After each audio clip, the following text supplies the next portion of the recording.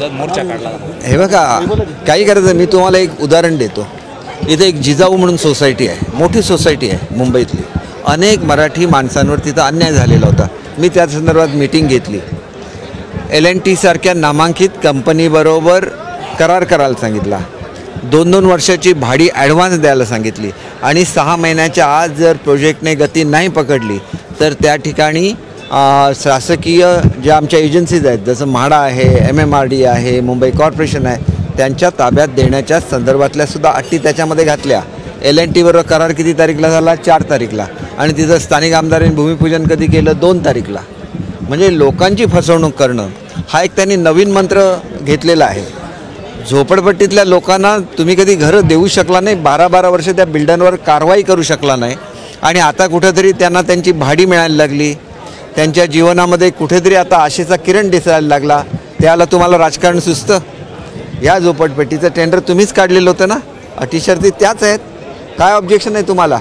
आणि मग त्यावेळेला मग तुम्ही त्या अटी शर्ती का नाही घातल्या?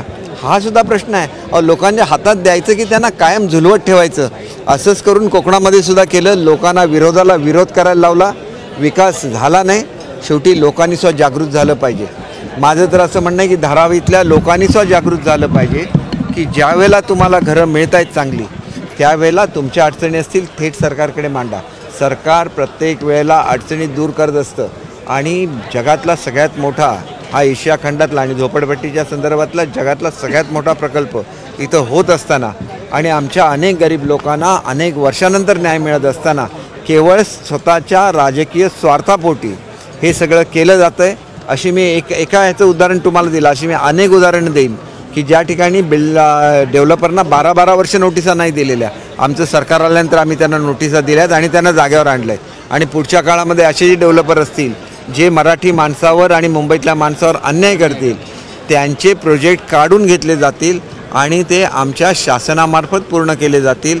त्यांना जे 2-2 वर्षाचं भाडं ॲडव्हान्स द्यायचं ते सुद्धा आमचं शासन देणार आहे. तुम्ही का नाही करू शकला?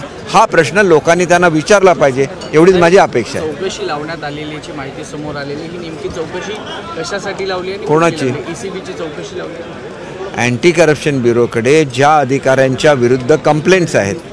कारण असं होतं की शिक्षण खात्याचा कारभार अतिशय स्वच्छ राहायला पाहिजे. मी ज्या दिवशी ह्या खात्याचा कारभार घेतला त्याच दिवशी सांगितलेलं आहे की अशा पद्धतीने कोणीही कुठल्याही शिक्षण संस्थांना त्यांच्याकडून पैसे घेता कामा नये, हे प्रत्येक अधिकाऱ्याला कळलं पाहिजे. आणि शेवटी शासनाचा कोट्यवधी रुपयाची हानी होत असते. एका संस्थेला 100-100 कोटी रुपये बेकायदेशीरपणे ज्याला दिले जातात त्यावेळेला असे मोठ्या प्रमाणात त्यांच्याकडे प्रॉपर्टी निर्माण होते. मग अशा लोकांवर कारवाई नाही करायची तर काय? मी असं सांगितलेलं आहे की हे पैशाची रिकव्हरी राहावा, हे पैसे वसूल करा त्या संस्थांकडून आणि त्या संस्थांचे संचालक असतील त्यांच्याकडून वसूल करा. कारण तेच जबाबदार असतात की एखाद्या अधिकाऱ्याला हाताशी धरतात, त्याला काहीतरी पैसे देतात आणि शासनाचं कोट्यवधी रुपयाचं नुकसान करतात. अशा लोकांवर कारवाई झालीच पाहिजे, हे आम्ही ठरवलेलं आहे. दुसरीकडे शाळेतल्या लहान मुलांच्या एकूणच त्यांचा जो दिवसाची अभ्यासक्रम सुरू होतो त्याबाबत अनेक हल्लीच प्री प्रायमरीला आम्ही न्यू एज्युकेशन पॉलिसीप्रमाणे आम्ही प्री प्रायमरीची पॉलिसी फायनल केलेली आहे. त्याला धोरणात्मक मान्यता मी दिलेली आहे. त्याला सब्जेक्ट टू कंडिशन आहे की लहान मुलं असतील तर त्यांना लवकर उठवलं तर त्यांच्या मेंदूवर परिणाम होतो आणि त्याच्यामुळे त्यांना पुरेशी झोप मिळाली पाहिजे.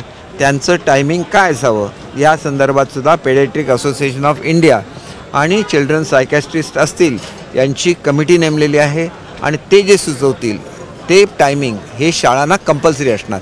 कुठल्याही मुलाचा तो हक्क आहे, व्यवस्थित त्याला झोप मिळाली पाहिजे आणि त्याच्यावर व्यवस्थित शिक्षणसुद्धा मिळालं पाहिजे. अशा रीतीने आम्ही प्री प्रायमरी करतो आहे. म्हणजे nursery, junior KG, senior KG, पहिली आणि दुसरी या सगळ्यांच्या बाबतीत. कारण ती एकदम लहान मुलं असतात, त्यांनी लवकर उठता कामा नये आणि त्याच्यापेक्षा जराशी मोठी असतील त्यांच्या संदर्भात सुद्धा ज्यावेळेला पॉलिसी ठरवण्याची असेल त्यावेळेला आम्ही ही काळजी घेऊ की मुलांवर अनावश्यक बोजा पडणार नाही, त्यांना पुरेशी झोप मिळेल आणि महाराष्ट्रातली मुलं हेल्दी राहतील याची आम्ही काळजी घेऊ.